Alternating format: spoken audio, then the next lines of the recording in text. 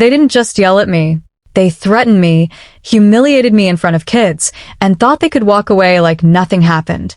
But what they didn't realize was every second was recorded, and I was about to make sure they paid for it. My name is Amelia, and this is the day one entitled family destroyed their own lives, trying to intimidate the wrong person. I work as a school bus driver. Not the most glamorous job, I know, but it's honest work. I take it seriously. Every morning, every afternoon, my responsibility is simple. Get those kids to school safely and bring them back home the same way. No drama. No problems. At least, that's how it used to be. This all started with one girl. Her name was Kayla. Confident, loud, and used to getting her way. She always sat at the back of the bus, scrolling on her phone, ignoring rules like they didn't apply to her. Most days, I let small things slide.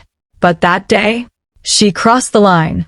"Phones away, please," I said calmly. No response. I repeated it. She sighed loudly, rolled her eyes, and muttered something under her breath. She's just a driver, like she matters. That was enough. I pulled the bus over, not aggressively, just firmly. The entire bus went quiet. "Kayla," I said, looking at her through the mirror. "I'm not here to argue, but you will follow the rules on this bus." For a moment, she looked shocked, embarrassed even, and I thought maybe that would be the end of it. I was wrong. That afternoon, when I dropped her off, her mother was waiting, standing outside like she'd been counting the seconds. The moment Kayla stepped off the bus, her mother stormed forward. "Excuse me?" I stayed seated. "Come." "Yes, ma'am? You think you can talk to my daughter like that?" Her voice was loud, aggressive, the kind that makes people stop and stare. "I asked her to follow school rules," I replied. That didn't calm her down. It made her worse. She stepped closer to the bus. Too close. Pointing fingers. Raising her voice. "You don't get to disrespect my daughter. Do you understand me?" The kids inside the bus went silent. Some of them looked scared. And then, she said something that changed everything. "You better be careful. People like you disappear." That wasn't just anger. That was a threat. And she said it in front of a bus full of children. I didn't argue. Didn't react. I simply closed the door and drove away. But inside, I had already made a decision. Because what she didn't know was, every word she said, every second of that interaction was recorded. Clear audio. Clear video. Multiple angles. The next morning, things escalated in a way I didn't expect. I pulled up to Kayla's stop. But she wasn't there. Instead, her entire family was waiting. Her mother, her older brother, her older sister. All adults. All angry. The moment I opened the door, they got on the bus. Uninvited. Aggressive. And then the shouting started. "You think you can disrespect our family? You're nothing. You better apologize right now." The brother stepped closer, like he wanted to intimidate me physically. The sister pulled out her phone, but not to document the truth. She was recording like it was some kind of show. "And the mother?" She looked satisfied, like she was enjoying every second of it. Behind me, the kids were terrified. One of them started crying. Another one tried to hide under the seat. That's when it hit me. This wasn't just harassment anymore. This was intimidation. And it was happening in front of minors. But I didn't yell. I didn't argue. I didn't even move. I just sat there, letting them talk, letting them expose themselves. Because I knew something they didn't. The cameras were still recording. Every threat, every face, every word. Eventually they got off the bus, still shouting, still thinking they had won. I closed the door. And this time, I didn't go back to my route. I drove straight to the school. I walked into the office, heart steady, mind clear. And I asked to speak to the assistant principal. Because if they thought I was just going to ignore this, they had no idea who they had just messed with. When she saw the footage, she didn't look shocked. She didn't look angry. She just leaned back in her chair and gave a slow, controlled smile. "Amelia," she said quietly, "they just made a very big mistake." And in that moment, I realized something. This wasn't just about defending myself anymore. This was about making sure they never did this to anyone else again. What that family didn't know was that by the end of that week, one of them would be arrested. One would completely ruin his future. And the girl who started all of this? She wouldn't even be in that school anymore. That smile from the assistant principal? It wasn't normal. It wasn't sympathy. It was the kind of smile you see right before someone takes control of a situation completely. "Amelia," she said, folding her hands on the desk. "We're not handling this like a regular complaint." That's when I realized this wasn't going to stay a school issue. Within minutes, things started moving fast. Faster than I expected. She called the school resource officer, then the district office, then legal, all while I sat there replaying everything in my head. The yelling, the threats, the kids crying, that one sentence, "People like you disappear."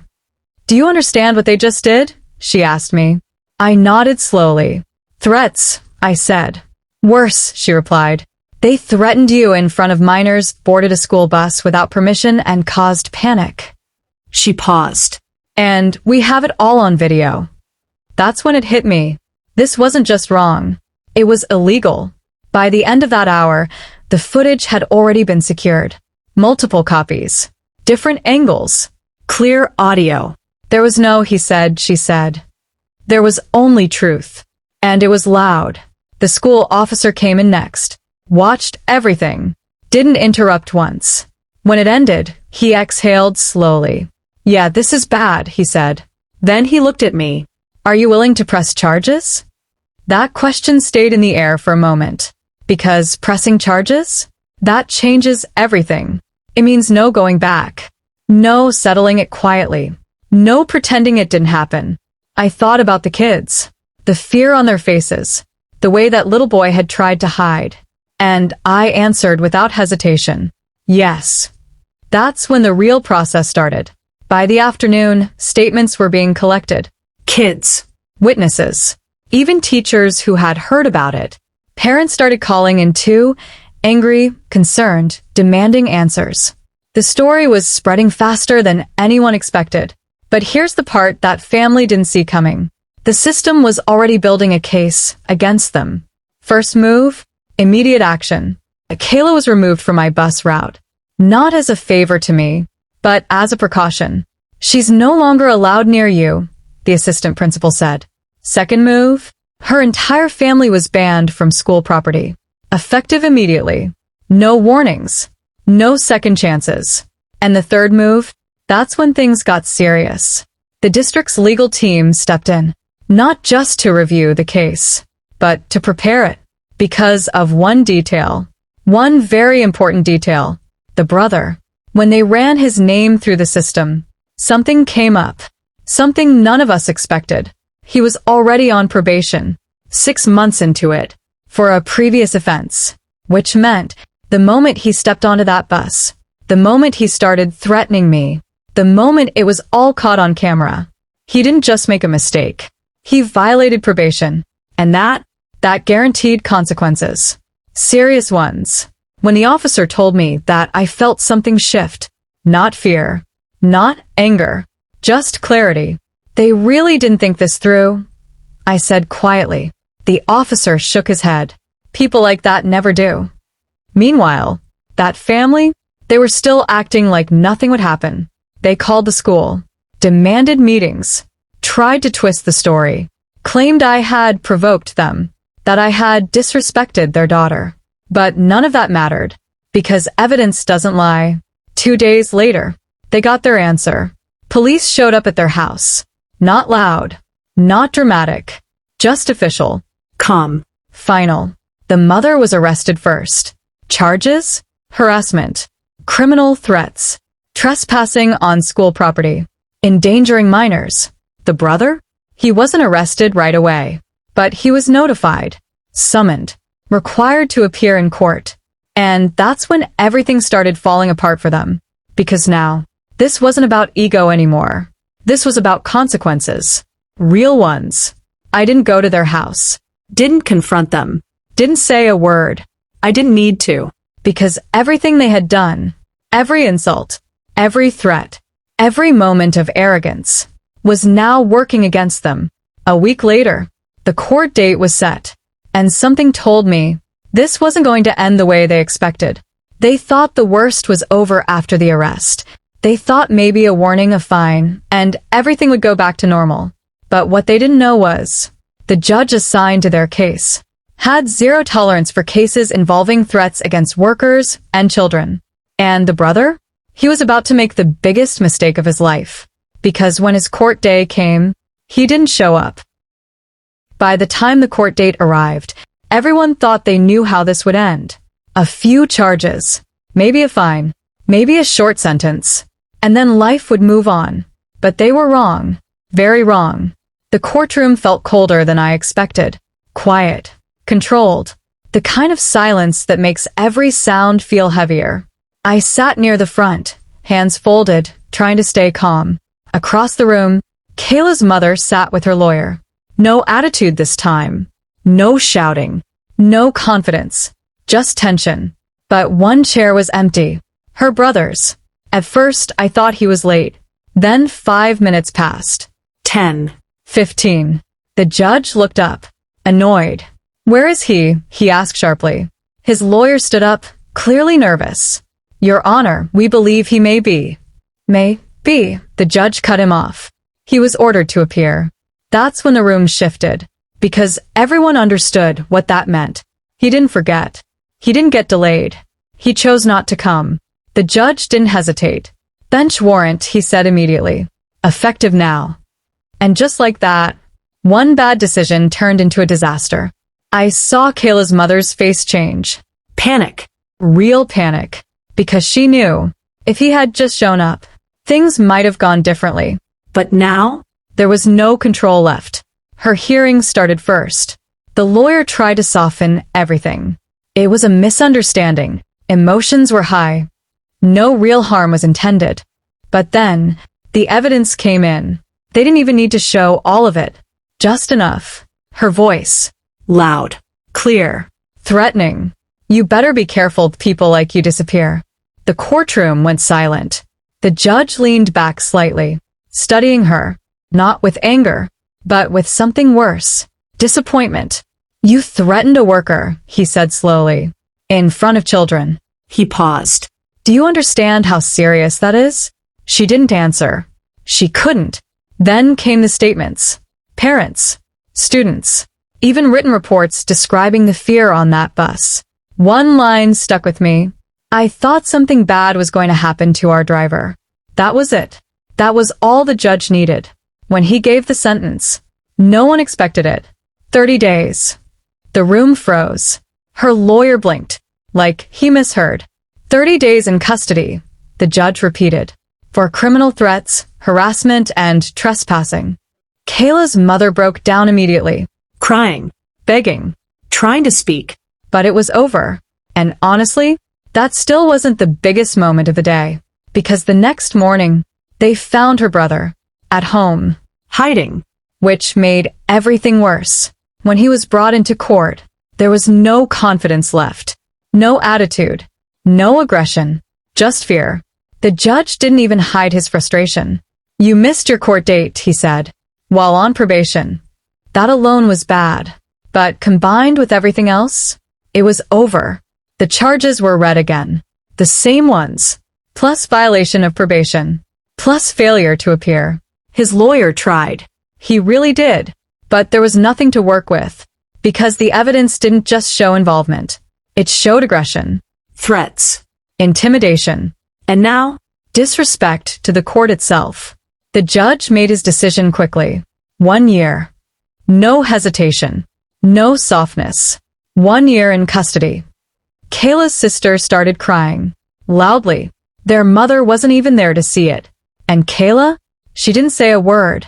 She just sat there. Frozen. Watching everything collapse. All because of one moment. One argument. One decision to act like rules didn't matter. As for me, I didn't feel happy. Not exactly. But I felt something close to justice. Because they thought I was just a driver. Someone they could intimidate. Someone who wouldn't fight back. They were wrong. And now? They were paying for it. You'd think that was the end of it. Arrests. Jail time. Case closed. But it wasn't, because what happened next didn't come from the court. It came from Kayla herself. And her next move didn't just make things worse. It exposed something no one saw coming. Something that turned this from a simple case into something much bigger. After the court case, everything should have been over. Her mother was in jail. Her brother was gone for a year. The situation was closed. But Kayla? She didn't move on. At first, she disappeared. Stopped coming to school. No one saw her for days. Then weeks. Rumors started spreading. She transferred. She dropped out. She's hiding. I didn't think much about it. I had already moved on. Or, at least, I thought I had. Until one afternoon, she showed up. Not at school. Not at a bus stop. At my door. I wasn't expecting anyone. So when I opened it and saw her standing there, I almost didn't recognize her. She looked different. No attitude. No confidence. No arrogance. Just exhausted. Can we talk? She asked quietly. For a moment, I said nothing.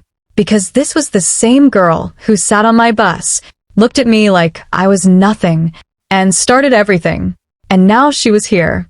Alone. I'm not here to cause problems, she added quickly. That part almost made me laugh. Almost. But something about her tone. It wasn't fake. It wasn't aggressive. It was broken. So I stepped aside. 5 minutes, I said. She walked in slowly. Looked around like she didn't belong there. Which, honestly, she didn't. We sat across from each other. Silence filled the room. Then she said something I didn't expect. I didn't tell them to do that. I frowned slightly. What? My mom, my brother, she continued. I told my mom you embarrassed me, but I didn't think she'd go that far. I watched her carefully, because this could have been another excuse. Another attempt to shift blame. But then she said something else. Something that changed everything. You don't understand how she is. Her voice dropped. Lower. Quieter. She's always been like that. That's when I noticed it. The hesitation. The fear. This wasn't just about one incident. There were other times, Kayla said. Other people. I leaned forward slightly. What do you mean? She looked down. Hands shaking. She's done this before, yelling, threatening people, getting away with it. That wasn't surprising. But what she said next, that was. My brother too. Now that caught my attention. He's not just aggressive, she said. He's been in trouble before, a lot worse than what you saw. I stayed quiet, letting her talk. Because now, this wasn't just a conversation. This was something else. This was exposure. They always fix things, she continued. Or scare people into staying quiet. I felt a slow realization building. And this time, I asked. She gave a weak, almost empty smile. They picked the wrong person. The irony didn't go unnoticed. For the first time, she understood. But she wasn't done. There's something else, she said. That's when the tone changed again. From regret to fear. They're blaming me. I frowned. What? My family, my relatives, everyone, she said quickly. They're saying this is my fault. That I started it. That didn't surprise me. People like that don't take responsibility. But then, my mom called me from jail, she continued. She told me not to talk to anyone, not to say anything. She paused. Especially not you. Silence. Because now it made sense. This visit? It wasn't just guilt. It was defiance. I don't want to be like them, she said. And for the first time since I met her, I believed her. But belief doesn't erase consequences. You realize none of this changes what happened, I said calmly. She nodded. I know. Another pause. Then she said something unexpected. I brought something. She reached into her bag, pulled out her phone, and placed it on the table. There are messages, she said. Voice notes too. My eyes narrowed slightly. From my mom, my brother, she swallowed. Threatening other people. That's when everything shifted. Again. Because this wasn't just about my case anymore. This was bigger. Much bigger. If what she was saying was true, this wasn't their first time. And now, there was proof. Real proof. The kind that doesn't just win a case. It opens new ones. I leaned back slowly, processing everything, because this was no longer just revenge. This was exposure on a completely different level. And Kayla? She had just handed it to me. I thought the story was over after the court case, but what Kayla gave me that day was enough to reopen everything, not just against her family, but potentially against others too. And the moment authorities saw those messages, they didn't just take interest. They started digging. Because now the question wasn't, what did they do to me? It was, how many people have they done this to and gotten away with it? And once that investigation started, there was no stopping what came next. I stared at the phone Kayla had placed on the table. Messages, voice notes, proof. For a moment, I didn't even touch it, because I already knew. Once I did, there was no going back. You're sure about this? I asked her. She nodded. No hesitation this time. I don't want to protect them anymore. That was all I needed. The next morning, I went straight back to the school. But this time, I didn't go alone. Kayla came with me. When we walked into the office, the assistant principal looked surprised for half a second, then focused. What is this? She asked. I placed the phone on her desk. Something you need to see. And once again, everything changed. The moment those messages started playing, the room went silent. Different voices. Same pattern. Threats. Pressure. Intimidation. Not just toward me. Other people. Other situations. Different dates. Different targets. Same behavior. The assistant principal didn't interrupt. Didn't react immediately. She just listened. Carefully. Then she picked up the phone and said one sentence. This goes beyond the school. Within hours, it was no longer in our hands. Authorities got involved again. But this time, it wasn't just about one incident. It was about a pattern. An investigation was opened. And slowly, everything started coming out. More complaints. More statements. More people who had stayed quiet. Until now. Because now they weren't alone. And that's the thing about people like Kayla's family. They rely on silence. They rely on fear. But the moment one person speaks, everything cracks. Weeks passed. And with each day, the situation got worse for them. Kayla's mother? Her original sentence didn't change. But new charges were added. Harassment in other cases. Witness intimidation. The kind of things that don't just go away. Her brother? Already in jail. Already serving time. But now under deeper review. Because his past wasn't as minor as people thought. And Kayla's sister? She tried to distance herself. Stay quiet. Stay invisible. But when you're part of something like that, silence doesn't always protect you. As for Kayla, she transferred schools. Started over. And for the first time, she wasn't the loudest person in the room anymore. She kept her head down. Stayed quiet. Changed. At least, that's what it looked like.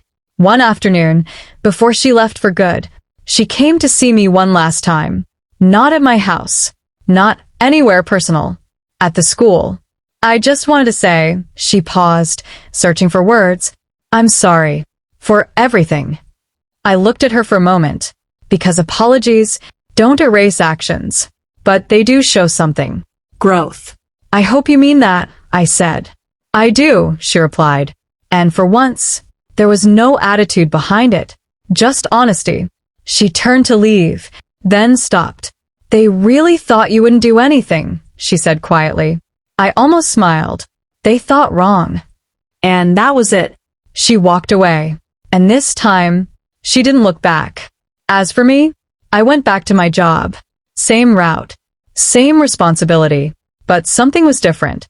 Not the work. Not the routine. The respect. Because now, everyone knew. I wasn't just a driver. I was someone who didn't stay silent. And that changed everything. They thought they could intimidate me. They thought I would stay quiet. They thought it would end with one argument. But in the end, they didn't just lose control of the situation. They lost everything trying to control me. And the truth? I never had to raise my voice once.